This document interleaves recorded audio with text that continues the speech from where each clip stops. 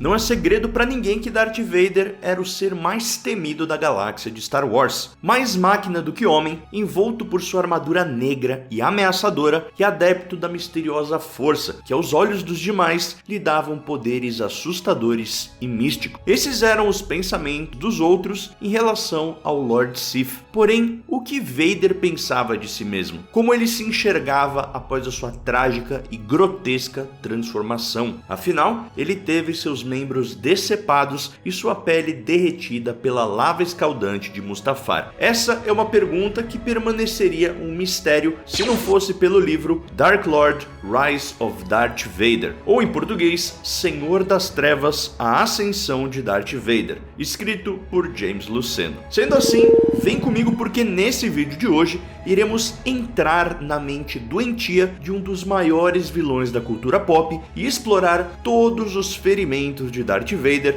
e seus pensamentos sobre cada um deles. E se você quiser ficar por dentro das melhores curiosidades de Star Wars, se inscreve no canal para não perder os próximos vídeos. Bom, e para a gente entrar na cabeça do Darth Vader, a gente vai pegar aqui exatamente a própria narração do personagem dentro do livro do James Luceno. Infelizmente a gente não tem esse título em português, o livro não foi traduzido para cá, pelo que eu pesquisei, então a gente fez uma tradução livre da narração do Darth Vader e vamos começar.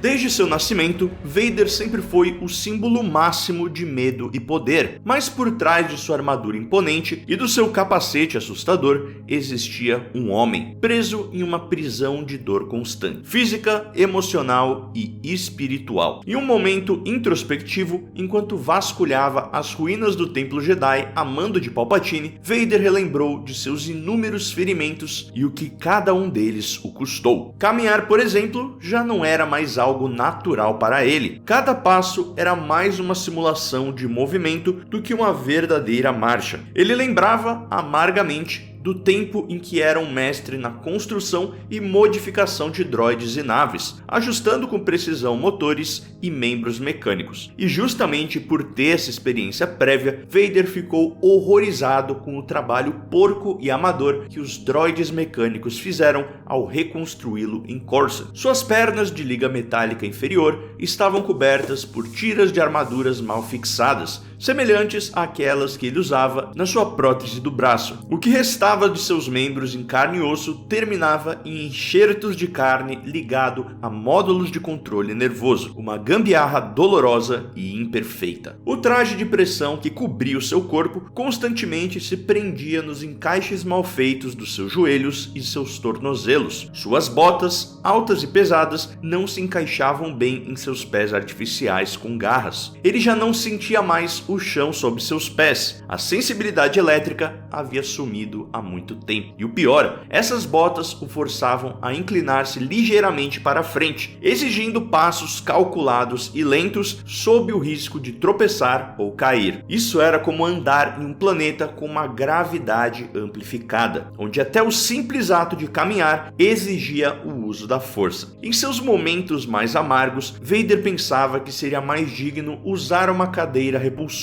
como um inválido oficializado, e isso seria mais digno do que manter toda essa farsa de movimento funcional. Mas seus braços também o traíram. O braço esquerdo, assim como suas pernas, era muito desconfortável, impreciso e artificial. Apenas o seu braço direito, que já era um implante desde os tempos de Anakin, lembrando que ele perdeu esse braço contra o Conde Dooku em Geonosis, era o único implante que parecia mais natural, embora também tivesse suas falhas. Os mecanismos pneumáticos que garantiam mobilidade e força demoravam para responder, e sua movimentação era travada pelas placas peitorais do traje e pela pesada capa imperial. Levantar os braços acima da cabeça já era um desafio, o que o forçou a redesenhar a sua técnica com o sabre de luz, adaptando às suas novas limitações. Mesmo com todas essas falhas, Vader sabia que poderia ajustar os servomotores e pistões de seus antebraços para gerar uma força suficiente para esmagar o pescoço de seus inimigos. Vader também era capaz de erguer um ser humano do chão usando apenas a força de seus braços, mas isso raramente era necessário, já que a força sempre esteve ao seu lado, principalmente quando a raiva tomava controle. Ainda assim, era impossível ignorar o desconforto constante. As mangas do seu traje não se ajustavam bem às suas próteses, e as luvas se acumulavam nos pulsos, formando dobras incômodas. Cada parte do seu corpo parecia gritar, não como uma dor aguda, mas como uma tortura constante e silenciosa, resultado de um corpo que já não era seu. Era um lembrete cruel de que, apesar de seu poder inigualável, ele era menos homem do que máquina, e ele sabia disso melhor do que ninguém. Observar as suas mãos dentro das suas luvas era para Vader um lembrete cruel, que aquilo não era enxergar.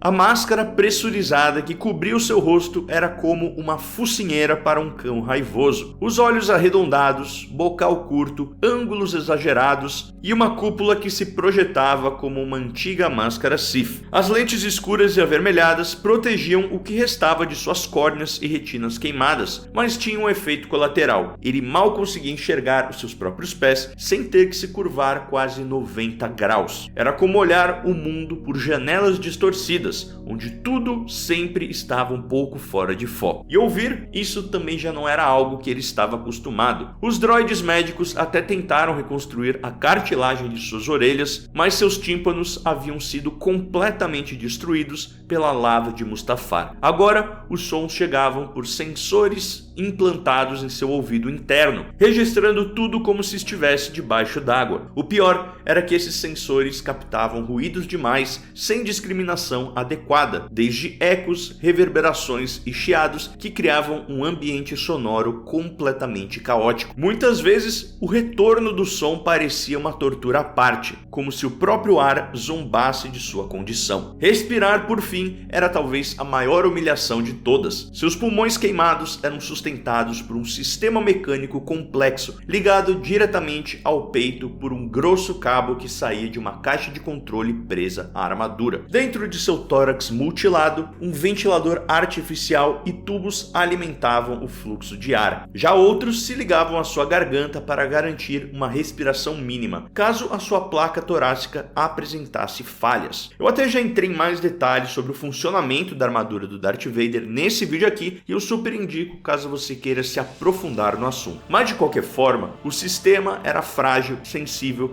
e fazia soar alarmes sem motivo algum. O som rouco e ininterrupto de sua respiração, o famoso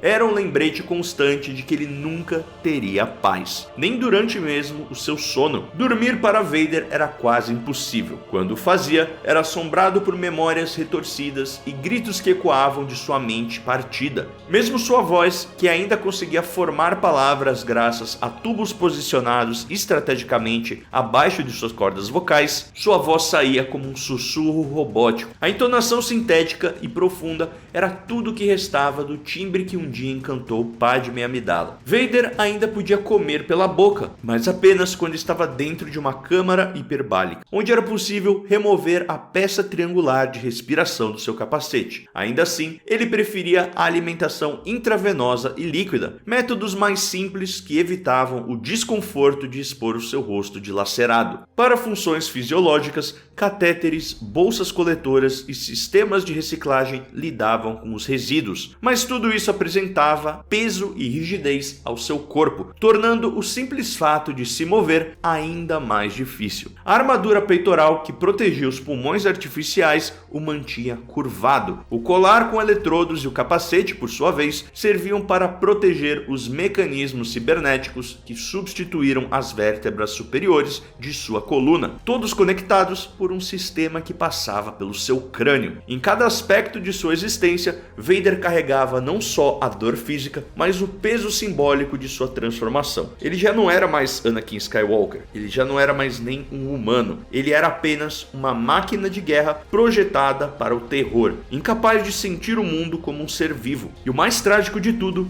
é que Vader sabia disso com absoluta certeza. Durante a sua viagem de volta para Coruscant, Vader mal conseguia encontrar alívio. A pele sintética que cobria seu corpo, substituindo tecidos orgânicos há muito tempo perdidos, tecidos se deteriorava com rapidez. O material precisava ser constantemente limpo e removido das áreas necrosadas. Pedaços de carne que apodreciam lentamente em contato com a sua própria armadura. À medida que o tempo passava, ele sentia o colapso daquilo que ainda o conectava com a humanidade. Não eram raros os momentos em que o Lord Sith era tomado por uma profunda claustrofobia. O desejo de se livrar da armadura, de arrancar a máscara e emergir do seu casulo se tornava quase insuportável. Mas ele sabia, aquilo não era um traje, era uma prisão, um caixão que caminhava, uma cela solitária em forma de armadura, confinamento perpétuo, uma tortura sem fim. Naquele momento, Vader pensou com amargura: isso não é viver. A única trégua verdadeira que ele conhecia era dentro de seu tanque de Bacta. Ali, suspenso, sem armadura, ele se sentia quase como um humano. Era o único momento em que o silêncio substituía o zumbido constante das máquinas. O único instante em que ele deixava de ser Darth Vader e podia se lembrar de quem foi Anakin Skywalker. A sua jornada de dor, reconstrução e isolamento reconfigura completamente a forma como enxergamos Darth Vader. Não apenas como um vilão, mas como uma vítima de suas próprias escolhas. Vale lembrar que o Palpatine o colocou nessa armadura defasada de propósito, já que após Vader perder o duelo para Obi-Wan e Mustafar, seus planos para ele mudaram. E se você ficou interessado, eu explico isso melhor nesses dois vídeos e altamente recomendo. Queria agradecer nossos membros apoiadores, que são Drone Mood Brasil, Houston Neno Gomes, Vitor Bertoli Nascimento, Christian Pereira e Cyber Psycho. Vejo vocês na próxima e this is the way.